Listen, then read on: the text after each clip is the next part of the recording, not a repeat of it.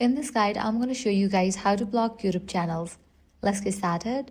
Whether you are browsing the homepage or watching videos, if there is a creator or a specific video you don't like, you can block them easily. First, launch your YouTube. Let's say you have come across a video that you don't want to see again. What you'll need to do is click on three dots. Now here you're going to find two options. If you just want to stop seeing similar videos, select not interested. This will remove the video from your recommendations, but it won't block the channel itself. Now if you want to block the entire channel, tap on three dots again and choose don't recommend this channel. This will prevent YouTube from suggesting any videos from that channel to you. You will no longer see content from that channel on your homepage, subscription feed or explore page.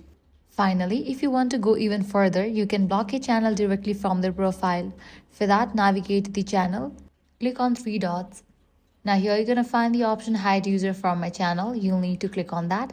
This will hide all existing and future comments from that channel on your videos. And that's it. These are the ways to block YouTube channel. If this guide helped you out, do not forget to like, share and subscribe.